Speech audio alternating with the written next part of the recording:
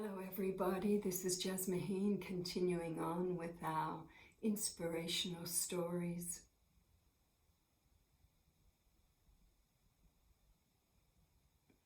As we shared in the previous story, in the early 90s, it was a really hard time in my life because I had completed one pattern of energy and I needed to move on and do something else. And after I managed to come into that healed state where there was no more cancer in my body, and I'd healed my mental toxicity and also my emotional toxicity of the why me, it's not fair, and coming into that, wow, I'm just so happy, I'm so grateful to be alive, and life is incredible, and I'm grateful for my family and so much more. Then things were presented to me, new things were presented to me. And one of these was the opportunity to eventually do the work that I do now. Some of you are familiar with my background, that at that time I moved from one group. I'd been very much involved with an Indian guru for probably about 20 years, a teacher who I still love so much today because he taught me very powerful ancient techniques from the Vedas, so that when I was 17, my very first meditation, my whole body exploded with so much love and so much light, and I went into the deepest experience of, wow, I'm so much more than just a 17-year-old girl, and it made me really aware of this divine love pulsation and this divine light that we all have within us, that's shining through us or able for us to access when we get tuned in the right way. So those meditation techniques were really good for me, and so I feel very, very grateful. However, my life was about to change in a very different way because my energy was different and I'd completed a certain pattern. Then I found myself magnetized into what I call the Ascended Master Network, which is a very different vibrational level from our guru teacher friends on earth. These are beings who have been on earth before. They know what life is like on earth, and they ascended, you could say. They transcended the limitations of earth and went into a different vibrational zone. So they don't have bodies anymore, but they are pure consciousness and they still exist. I'm talking about people like Buddha and Jesus and Mother Mary, Mary Magdalene, Isis, Saint Germain, Saint Francis of Assisi, and beings like this.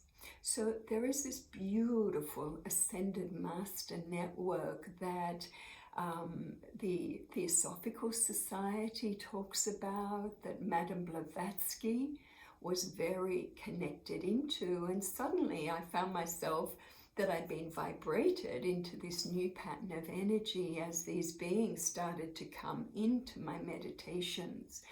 And you know, I remember when my brother died when I was 14. He was killed in a car accident, and I could feel his energy around me, and he taught me a lot because the week before he died, he and he'd been playing, you know, and annoying me like big brothers do, and I remember going "Arr!" and being mean back, and then he died, and I realized how precious people are and how precious life is, and that I would treat everybody as if it could be the last time I saw them. And so I would try and treat them well and have no regrets, you know. So, but the main thing there is I could feel his energy with me, and I could sense him. And when I began to meditate, I started to get a lot of visitations from dead people who I'd known and who'd left their bodies, and they were coming in to just ask me to give messages to their loved ones. So that had been happening for a long time in my life already.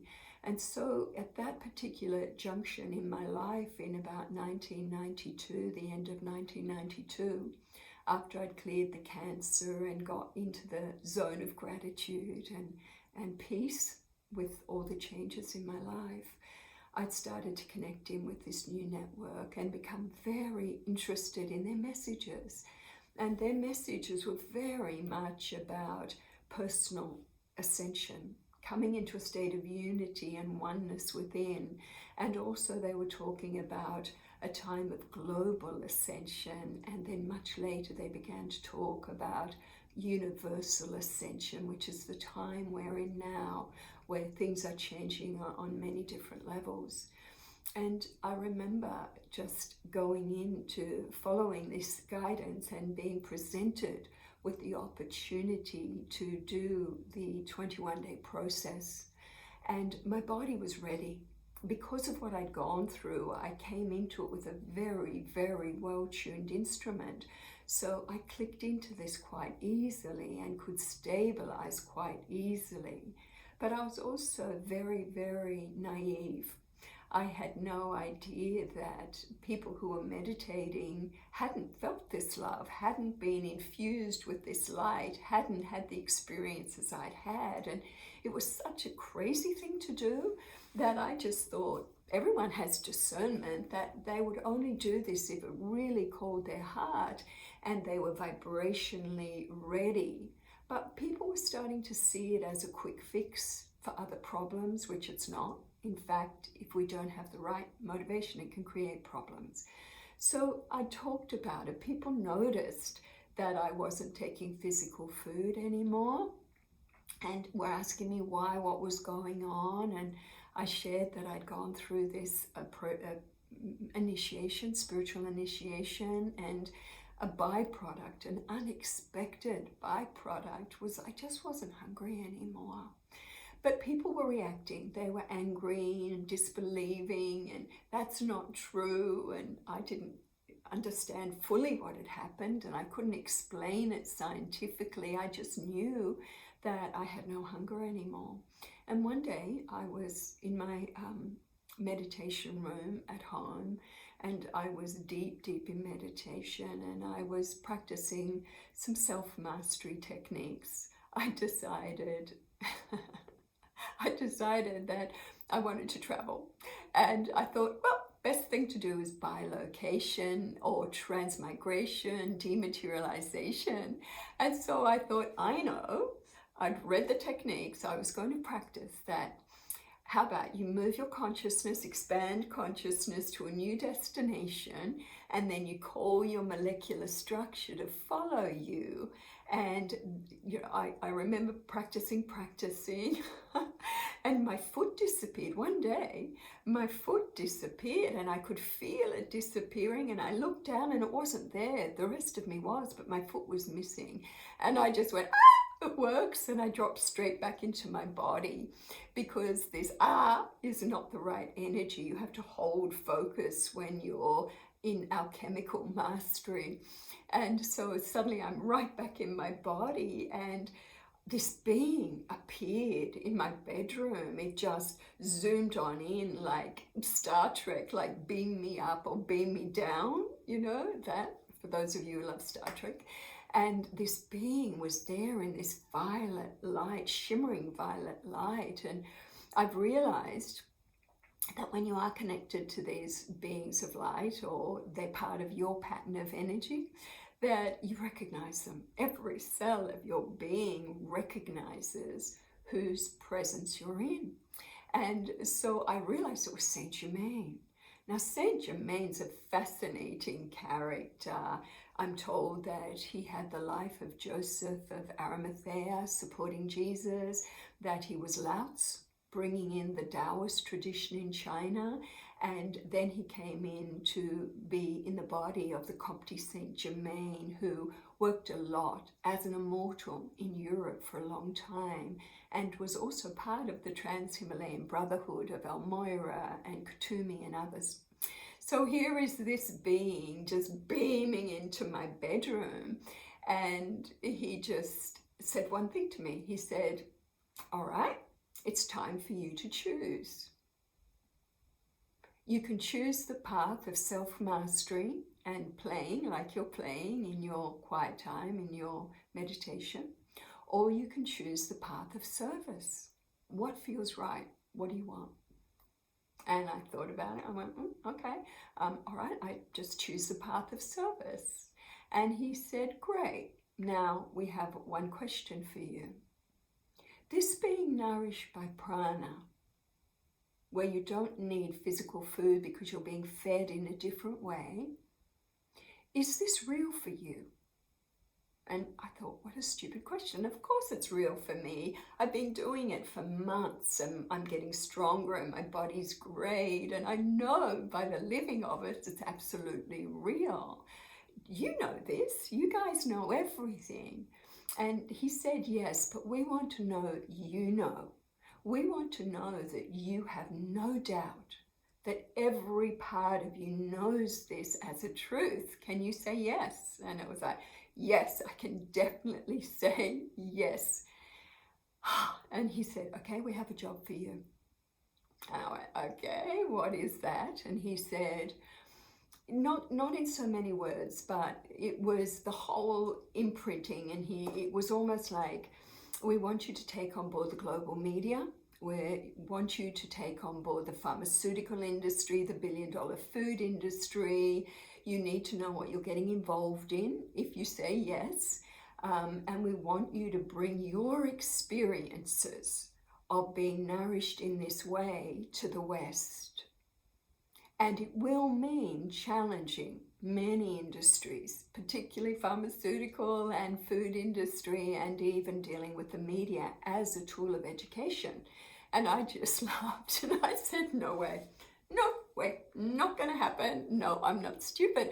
I'd already experienced people in spiritual communities and my family just going, no, this is crazy. What are you doing? And it was like, well, following my intuition and just saying yes, because I'd had everything stripped back and there was a new pattern and I know that this is it, but I don't know where it's going. And so I just said, no, not going to happen. I'm a sensible woman, well educated. I am not going to take on all those industries. And he was so cool. He let me go through all my rejection and no. And he said, okay, we accept that, but we have one question for you. He said, knowing what you know, knowing this is a truth for you, a simple person, and that you can do it, and if you can do it, others can do it. Knowing that you know this is a truth, and knowing that every second a child is dying of hunger-related diseases in this world, can you morally live with yourself and not share this as a potential solution to all world health and hunger issues?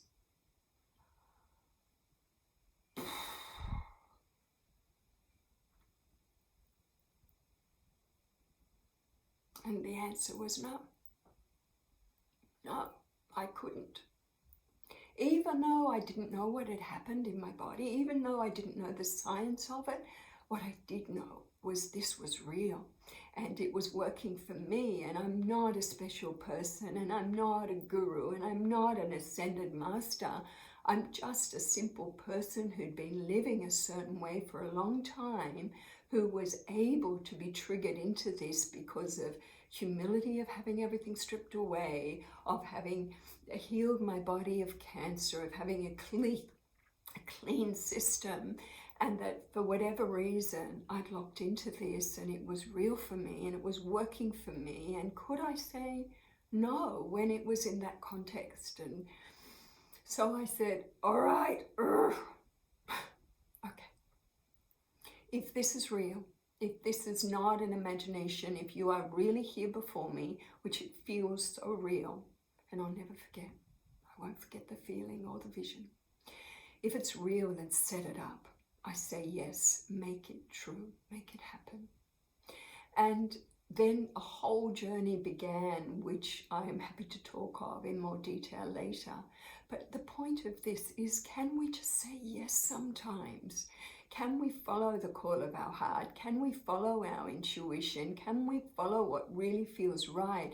Can we say yes and trust that what we are saying yes to, if it is for the highest good of humanity, if it is for the highest good of the evolution of our planet, which this was and is, can we just say yes, make this a truth for me, and make it happen with joy and ease and grace, and let it happen in the right way for me in the right time.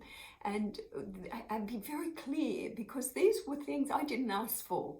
And my journey then into this was quite a challenge, as some of you know.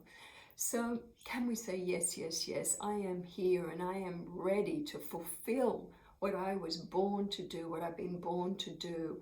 And I want this to unfold now with all the support I need, the support of great wisdom, the support of great love, the support of courage, the support of whatever is required. I'm asking for this support so that I can now step willingly into whatever it is that I agreed to do this life, but to do it with joy and ease and grace and in harmony with all of creation. Can we say yes, yes, yes to this? Why not? This is Jasmine sharing another, I hope, inspirational story with you.